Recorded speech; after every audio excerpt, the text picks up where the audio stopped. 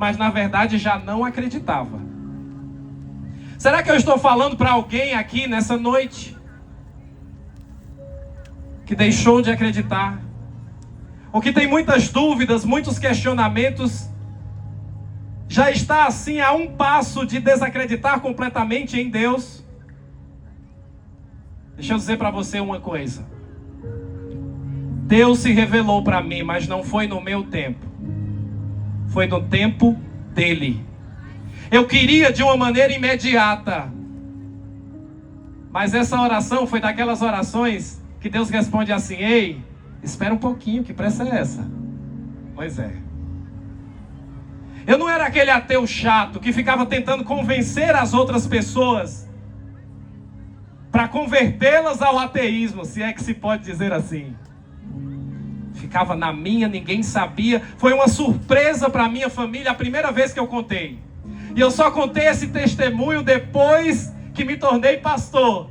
A minha família ficou assim: meu Deus, eu não acredito, eu não consigo acreditar. Tem gente da minha família que até hoje não acredita que eu já fui ateu. Mas sabe, um dia, num pequeno grupo, eu recebi alguns folhetos para distribuir. E eu nunca tinha lido um folheto na minha vida. Sabe por quê? Porque eu dizia assim: folheto é coisa pra gente que não conhece o evangelho. Eu conheço, então não tem por que eu estar lendo folheto. Mas naquele dia me deu muita vontade, muito desejo de ler aquele folheto. Então eu peguei o folheto e comecei a ler. No folheto dizia mais ou menos assim: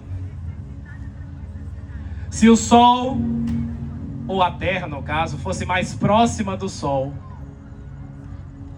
nós morreríamos queimados. Se a terra fosse um pouquinho mais distante do sol, morreríamos congelados.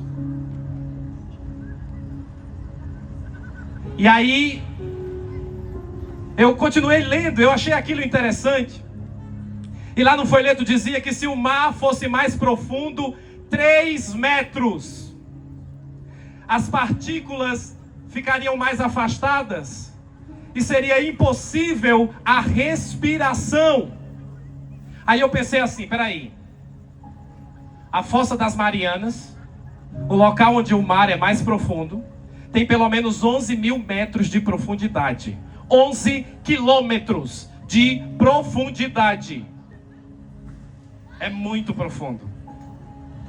E aí a ciência me diz que se o mar fosse mais profundo, apenas 3 metros, perceba, 11 mil, 3 metros a mais de profundidade seria suficiente para que a gente não conseguisse respirar.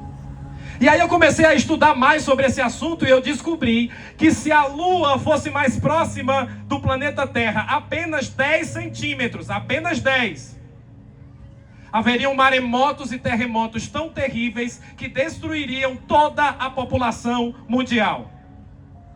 E aí eu comecei a pensar assim: peraí, tem medida.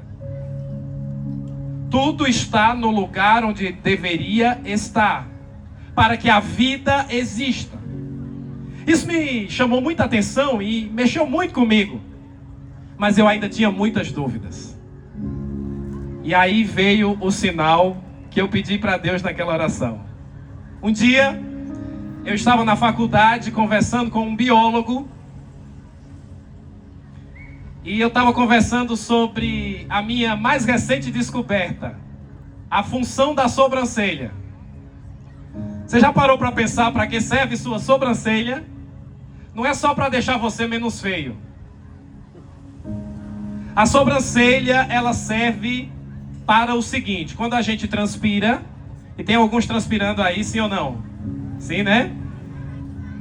Quando a gente transpira bastante, o suor não cai nos nossos olhos. Por quê? Porque a sobrancelha está sobre e impede que o suor desça até os nossos olhos. De vez em quando a gente transpira tanto que cai, né, no olho. E quando cai, é bom ou ruim? Agora imagina se nós não tivéssemos sobrancelha. Quando a gente trabalha bastante e a gente transpira bastante, você já percebeu que o sinal é esse aqui, ó? Não é assim? Na sobrancelha, ó. E chega goteja. É isso mesmo. E aí eu pensei, nossa, que coisa maravilhosa. Não é só estética, também tem função. Que top! E aí eu estava comentando isso com esse biólogo e ele disse, nossa, mas isso aí é muito simples. Tem algo muito mais complexo, algo muito mais extraordinário. Eu disse, o quê? Ele disse, olha, no 16º dia, o coração começa a bater no ventre materno. Aí eu disse assim, e daí? Aí ele disse, o curioso é como ele começa a bater. E antes de dar a resposta, eu queria conversar um pouquinho com vocês. Se meu coração parasse aqui agora e eu desmaiasse aqui nesse palco, o que seria necessário para reanimar? O que seria necessário? Cadê os desbravadores? RPC. Se eu tivesse uma parada cardíaca agora, aqui no palco, caísse aqui, ó, diante de vocês, o que seria necessário fazer para me reanimar? Reanimar o meu coração, Massagem? Choque. Teve gente que disse massagem, teve gente que disse choque, mas preste bem atenção. A gente chama de massagem, mas não é massagem não, viu? O negócio é pressão total. Você faz assim na mão, ó. Você tem que se agachar assim. Vamos ver se eu sei direitinho, se eu aprendi direitinho, Elias. Coloca assim, ó, nesse lugarzinho aqui. Faz a medição, né, direitinho. Nesse lugarzinho aqui, ó. Ok? Você não flexiona os braços. É com o seu próprio peso do corpo. Muitas vezes, numa reanimação como essa, costelas são quebradas. Então não é nada de massagem, viu? Mas eu posso chamar de estímulo mecânico. Sim ou não? Estímulo mecânico. Você faz ali para o coração voltar a bater. Agora, também tem um choque. Você pode vir com um desfibrilador e fazer, né, ó. Afasta. Não é assim? Agora, diante disso, vocês já entenderam que o nosso coração, para começar a bater, ele precisa de um estímulo externo. Percebeu isso aí? E aí, como é que o coração começa a bater no ventre materno? Como é? Será que a mãe, que nem sabe que é mãe, no 16º dia de gestação, ela vai lá e ó... Claro que não. Ou será que ela vai lá e coloca o dedo na tomada e o coração começa a bater? Será que é assim? Claro que não. E aí eu fiquei impressionado com a resposta do meu colega biólogo. Ele disse, olha, Diego, no 16º dia de gestação, o coração começa a bater da seguinte forma. A mãe, que não sabe que é mãe, libera uma carga de 1 volt. Não pode ser nem mais nem menos.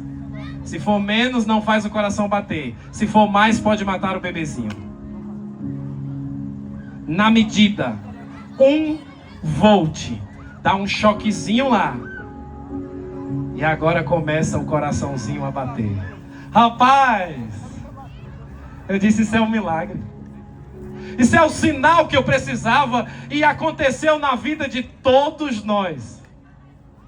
Depois eu descobri outras coisas. Eu descobri que eu sou um milagre. Na minha gestação, minha mãe teve uma grande decepção e começou a sangrar sem parar. Ela estava me perdendo. Mas por um milagre, eis-me aqui. É bem verdade, com uns parafusos meio folgados e até faltando, mas eis-me aqui. E a partir desse momento, eu disse, tá bom, Senhor, eu acredito que o Senhor existe. O que o Senhor quer de mim? Agora eu quero saber qual é a tua vontade para a minha vida. E sabe o que foi que aconteceu? Ele respondeu. Ele respondeu através dos meus pensamentos. Ele colocou um texto bíblico em minha mente. E o texto era uma pergunta. A pergunta era assim. No lugar do nome Pedro, a pergunta era com o meu nome. Diego, você me ama? E aí eu disse, não acredito. Eu já sei onde é que isso vai dar. E aí eu disse, então, Senhor, eu tenho que ser sincero contigo. Eu voltei a acreditar no Senhor agora, então, não sei, me dê mais tempo. Ele disse, eu quero que você pastoreie as minhas ovelhas. Aí eu digo, aí não, Senhor.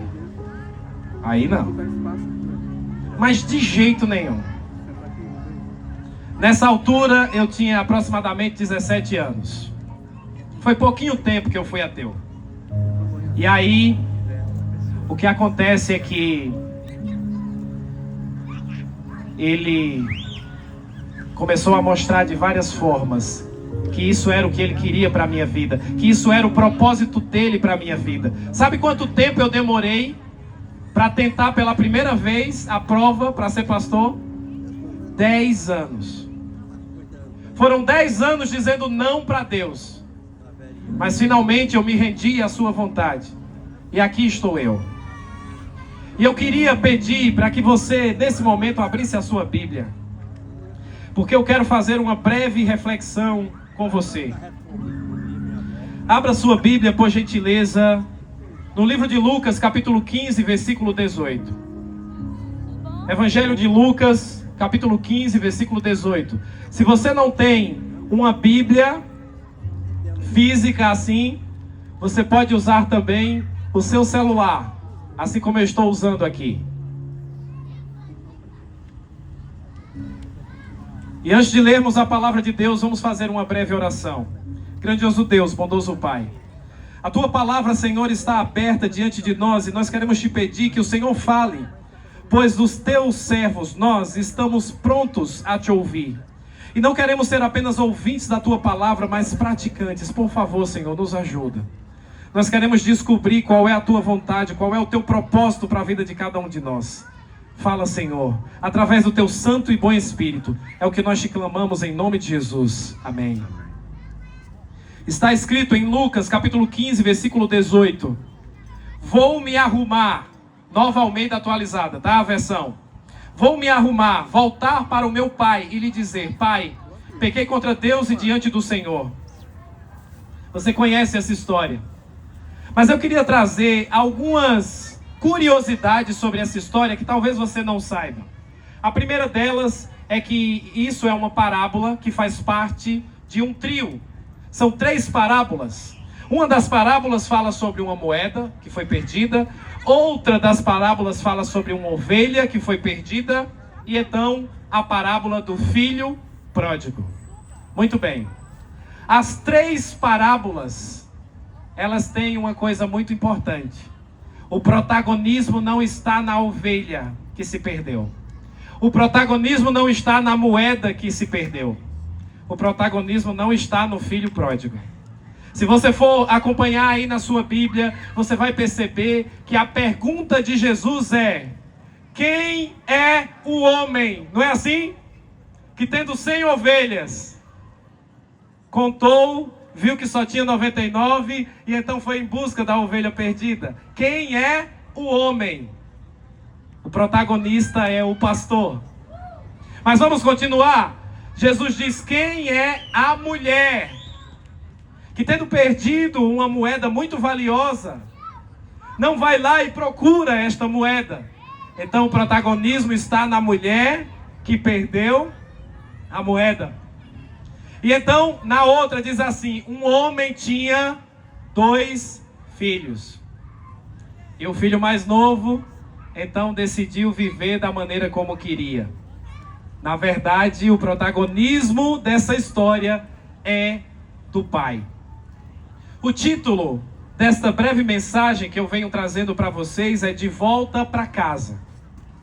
No entanto, o título também poderia ser Pai Pródigo. E já já eu vou explicar para vocês por quê, combinado? Então vamos lá. Todas as parábolas falam a respeito do amor de Deus. Um Deus amoroso, um Deus misericordioso. E Ele é amoroso e misericordioso, inclusive com aqueles que se desviam do caminho, com aqueles que se afastam dele. como o pródigo se sentia. Talvez a maneira como ele se sentia é a maneira como você também se sente. Presta atenção. Ele queria fazer a sua própria vontade. O pródigo se sentia reprimido, preso, sem liberdade. Ele queria receber as bênçãos, mas não queria fazer a sua parte. Ou seja, ele queria o lazer, mas não estava preocupado com o dever. Ele não queria compromisso de verdade. E sabe, ele chega ao seu pai e diz: pai, olha, eu quero ter outras experiências. E então eu quero a minha parte da herança. Pedir a parte da herança era pedir a morte do pai. Mas o pai, amoroso, misericordioso, ele resolveu então conceder o pedido. E então aquele jovem se despediu do seu pai e foi então, diz o texto bíblico, para uma terra distante. E lá ele começou agora a fazer as suas escolhas. Não havia ninguém para dizer não. Não havia ninguém para dizer: filho, não faz desse jeito. Não havia ninguém para dar conselho. Ele vivia da maneira como queria, vivendo, diz a palavra, dissolutamente. Mas preste bem atenção, porque aquele jovem, ele escolheu gastar o seu dinheiro com bebidas. Ele resolveu gastar o seu dinheiro com prostituição. Ele resolveu então pagar a conta dos amigos. E junto com essas más companhias, ele teve muitas aventuras. E ele sempre estava muito bem acompanhado, porque ele sempre pagava a conta. Mas chegou um momento que o dinheiro acabou. E se você não sabe o que significa a palavra pródigo, eu vou dizer para você o significado: gastador, esbanjador. E foi exatamente isso que ele fez. O dinheiro durou pouco tempo. E naquela terra onde ele estava, houve grande fome. O dinheiro acabou, a fome se espalhou, e agora ele se viu sem alternativas. Ele se viu sem esperança. Mas eu queria refletir um pouquinho sobre essa situação com você. Olha, ele não apenas consumiu os recursos financeiros. O filho pródigo consumiu também a sua juventude. Ele perdeu a sua virgindade. Ele perdeu a sua moral, a sua reputação. Ele chegou ao fundo do poço. Aquele jovem era judeu. E sabe qual é a pior coisa que um judeu poderia fazer? Cuidar de porcos. E aquele jovem não só fez isso, se ofereceu para fazer isso, para ter alguma coisa para comer, como aquele jovem desejou a comida dos porcos. Ele tinha chegado ao fundo do poço. E a pergunta é: onde estavam os seus amigos? Querido jovem, querida jovem que me escuta nesse momento, você que quem sabe se afastou dos caminhos do Senhor, que tipo de pessoas estão ao seu lado? Será que elas estão ao seu lado porque te amam? Será que elas estão do seu lado porque gostam de você? Ou será que elas estão do seu lado porque você está fazendo escolhas erradas e atraindo um tipo de pessoas que não deveria atrair? Sabe? Finalmente ele consegue enxergar a verdade. Ele consegue enxergar claramente, enxergar a realidade, e ele então chega à conclusão de que ele era amado na casa do Pai. Sabe, o amor do nosso Deus anseia, ele deseja aqueles que se afastam dele. É interessante. Ele nunca desiste de mim, ele nunca desiste de você. Eu agradeço ao Pai do céu, Porque mesmo no momento em que eu deixei de acreditar nele, ele não deixou de acreditar em mim. Sabe, ele nos diz nesta noite: com amor eterno te amei, por isso com bondade, com benignidade te atraí. E aquele jovem, literalmente na lama e sozinho, decide voltar. Ele começa agora a ensaiar um discurso. O que é que eu vou dizer para o meu pai quando eu voltar? E aí ele começa a ensaiar o seguinte discurso: pequei contra o céu e contra o Senhor. Já não sou digno de ser chamado teu filho. Me faz como um dos teus trabalhadores. E ele ficou treinando esse discurso enquanto voltava. Sabe, enquanto ele estava, eu volto para a época da bonança, para a época da fartura. Enquanto ele estava se divertindo, aquele jovem não pensou em seu pai. Não pensou no pai que havia deixado para trás. Quanto sofrimento havia causado. Quanta saudade ele estava sentindo. E sabe, o coração daquele pai ardia de saudade. E ao mesmo tempo, ele foi ferido, mas não deixava de amar. Aquele pai ficou de plantão por muitos e muitos dias, esperando que em algum momento seu filho caísse em si e voltasse para os braços do pai. E então, quando o filho pródigo voltou para o seu pai, quem estava esperando por ele? Com certeza, aquele senhor estava esperando, estava vigiando, estava de plantão, olhando para o horizonte, para uma estrada que dava acesso àquela fazenda. E então, ao longe, ele pôde ver uma silhueta que parecia a silhueta de um mendigo. Você consegue imaginar comigo? Você consegue imaginar um homem com cabelos grandes, com barba grande, sujo, fedorento, maltrapilho, magro, extremamente magro por causa da fome, mas lá, bem de longe, ele conseguiu enxergar o seu filho. Sabe por quê? Porque o amor tem bons olhos. E aí ele corre para abraçar seu filho. É importante dizer que era uma grande desonra dentro daquela cultura que uma pessoa de idade corresse por qualquer motivo. Mas aquele pai não estava preocupado com isso. Ele só queria encurtar a distância. E então ele não esperou o filho chegar até ele. Ele foi até o pai. O pai corre para o abraçar. Aquele pai corre para abraçar seu filho, morrendo de saudade. E sabe, ele corre, abraça, beija. Não importa o quanto ele estava cheirando mal, não importa o quão sujo ele estava. E essa história, ela fala sobre mim, fala sobre você. Não importa quem você é, não importa o quão sujo você se sinta, não importa o quanto pecador você se sinta. O Pai ama você e te espera de braços abertos.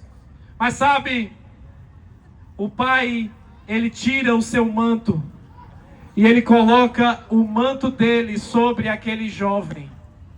Um manto caro, um manto de muito valor, porque aquele pai não queria que seu filho fosse exposto ao ridículo. Ele cobre completamente o seu filho com o manto. Ele não queria que as pessoas vissem a sua condição, a sua magreza, todo sujo, debilitado. E então aquele pai cobre com o manto. Isso também é muito significativo se você que está afastado, se você que está longe dos caminhos de Deus, ou você que nunca fez parte de uma igreja, que nunca se aproximou, saiba que Deus está esperando você. E basta que você dê um passo, Ele vai correndo na sua direção. Ele vai abraçar você, Ele vai beijar você. Ele vai acolher você com o seu manto de justiça, seu manto de cuidado, seu manto de amor, seu manto de graça. E aí o jovem coberto pelo manto, ele agora começa a recitar o seu discurso. E aí ele diz assim: Pai, Pequei contra o céu e contra o Senhor. Já não sou digno de ser chamado teu filho. Nessa hora o pai o interrompe. Filho, não se preocupe com nada. Eu estava com saudade de você, filho. Eu te amo. Para com essas palavras. Eu te perdoo, eu te aceito, eu te recebo de volta. E então, apesar de o filho querer ser um de seus trabalhadores, ele nem chegou a ter a oportunidade de dizer isso. Sabe por quê? Grave essa frase na sua mente e no seu coração. Porque uma vez filho, sempre filho. Uma vez filho, sempre filho. Se você anda afastado dos caminhos do Senhor, lembre-se, uma vez filho, sempre filho. Uma vez filho, sempre filho. Não importa quem você se tornou, não importa quem você é, não importa quantos erros você cometeu. Uma vez filho, sempre filho, e o Pai está esperando por você. Agora, o filho olhava para aquele pai com novos olhos. Ele conseguia enxergar o pai como de fato ele era. Não um pai repressor, não um pai severo, não um pai cheio de regras, mas um pai cheio de amor.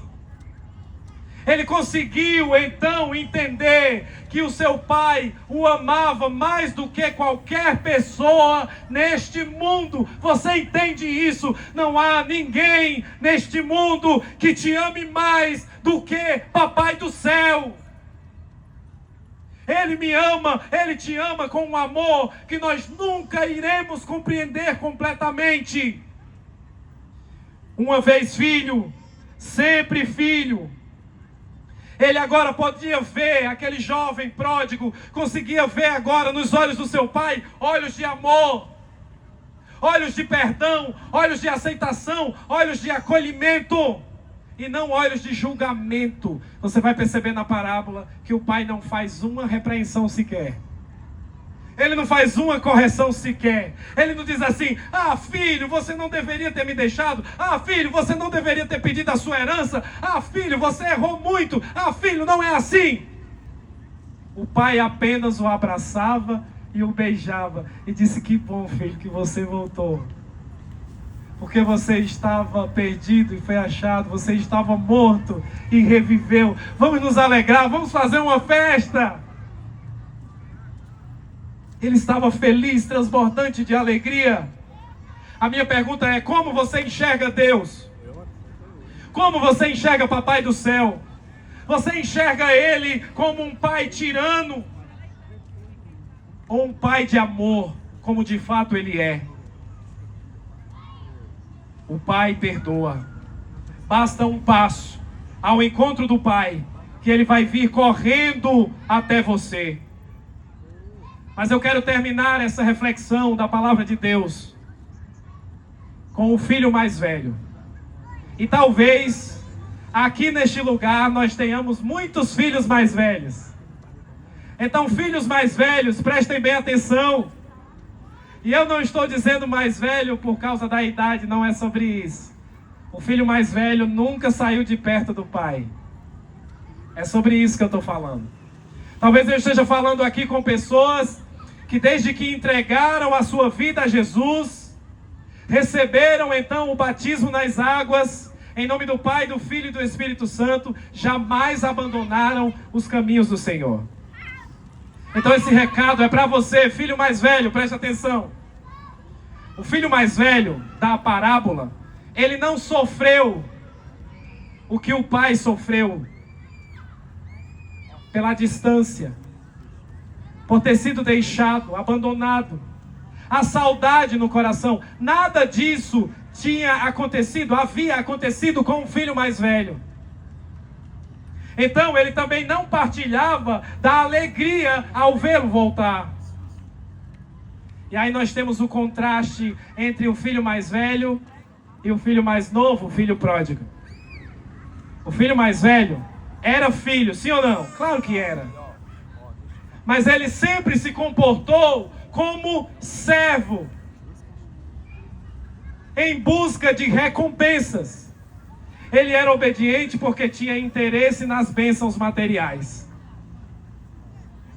Será que eu estou falando com alguém aqui nessa noite que é filho mais velho, que nunca abandonou a igreja, mas talvez obedeça ao Senhor, faça a vontade do Senhor, porque está interessado naquilo que pode receber através disso?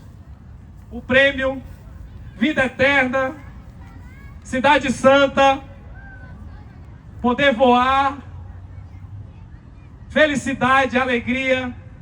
Eu vou dizer para você uma coisa: se esse for o seu motivo para fazer a vontade de Deus, esses são os motivos errados.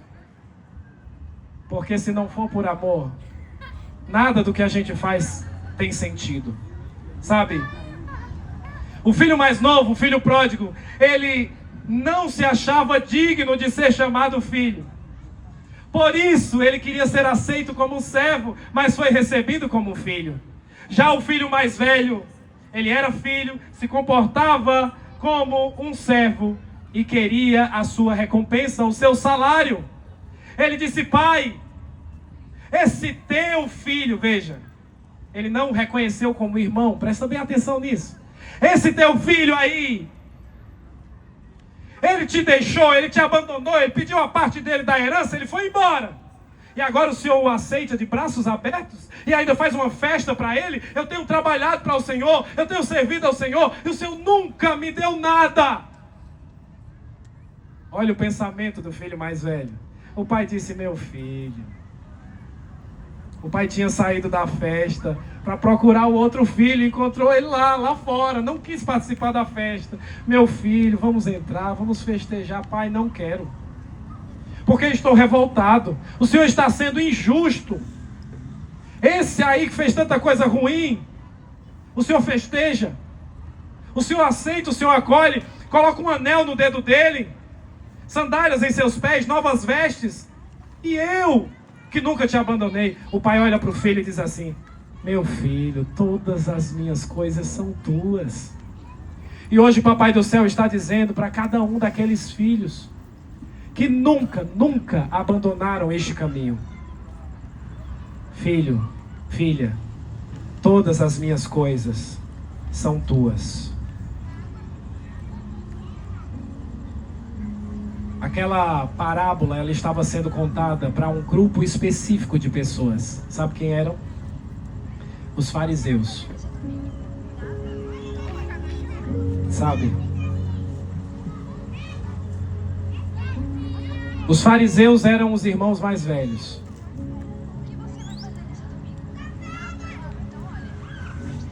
E é interessante que, se você for ler essa parábola, você vai ver que ela não tem final. A parábola não diz se o irmão mais velho reconheceu o amor do pai, se reconheceu como filho e reconheceu o pródigo como irmão. A parábola não conta. Jesus para por aí. Sabe por quê? Porque a situação era a seguinte: Jesus estava pronto para participar de um banquete com publicanos e pecadores. E ele contou essa história para que os fariseus que ali estavam, líderes religiosos, também entendessem que são filhos e que deveriam fazer parte junto com os pródigos. Eu queria fazer um convite nessa noite. Um convite para transformação de vida. Um convite para mudança. Nós já ouvimos aqui que basta um passo. Um passo. E o Pai vai te acolher, vai te receber, vai te abraçar e vai dizer: filho, o seu lugar ainda está vazio. Você nunca foi substituído por ninguém. Uma vez filho, sempre filho. Talvez eu esteja falando aqui com alguém que se afastou dos caminhos do Senhor. Já não frequenta mais a igreja. já não obedece mais à vontade do Pai. Mas hoje eu preciso te dar essa oportunidade de voltar. De voltar para os braços amorosos do Pai. Mas eu queria pedir a ajuda dos filhos mais velhos. Que tal você que é filho mais velho? Que nunca abandonou os caminhos do Senhor. Que tal você pegar na mão de alguém que precisa voltar? Olhar nos olhos dessa pessoa e dizer assim: vamos, eu te ajudo. Eu quero te dar o abraço que nós vamos ter que esperar mais um pouquinho para receber quando ele voltar. Mas enquanto ele não vem para nos abraçar fisicamente, você, irmão mais velho, você, irmã mais velha, você pode dar um abraço em alguém que precisa voltar. E você pode trazer essa pessoa aqui à frente, porque eu quero orar por pessoas que precisam voltar. Talvez você não seja como o filho pródigo, porque o filho pródigo sabia o caminho de volta. Talvez você não sabe nem o que fazer direito para poder voltar, porque você olha para você e você diz assim: nossa, mas eu ainda faço muita coisa errada. Não importa, basta você dar o primeiro passo. E eu quero saber quem é a primeira pessoa que, em nome de Jesus, vai vir à frente. Filho pródigo, filha pródiga, você pode vir à frente. Hoje é o dia de salvação. Hoje é o dia de boa nova. E Deus está te dando uma oportunidade. Dia 10 de janeiro de 2026. De fazer uma decisão, de tomar uma decisão. E voltar para os braços do Pai. E eu quero saber quem vai ser a primeira pessoa. Quer seja sozinha, porque o filho pródigo veio sozinho, ou acompanhado por um irmão mais velho. E eu estendo esse convite para você que jamais fez parte de uma igreja, para você que jamais entregou a sua vida nas mãos do Pai, nas mãos do Senhor. Está escrito que Ele te ama, e nesse momento Ele atrai você com bondade. Quem vai ser a primeira pessoa? Deus está esperando você de braços abertos. Quem é você? Vem à frente. Eu quero orar por você nessa noite. E eu sei que tem alguém aqui nessa noite que está lutando em seu coração, que está, quem sabe, tímido ou tímida, envergonhado. Hoje é o seu dia. Talvez hoje seja a resposta da sua oração. Talvez eu esteja falando com alguém aqui nessa noite que orou a Deus e falou assim: se fizerem um convite, eu vou à frente. Se fizerem um apelo, eu vou à frente. Eu digo em nome de Jesus: levante-se e ande. Aproxime-se, porque o Pai está esperando por você.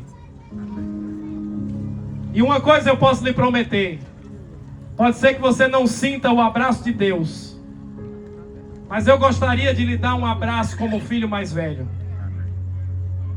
Quem vai ser a primeira pessoa?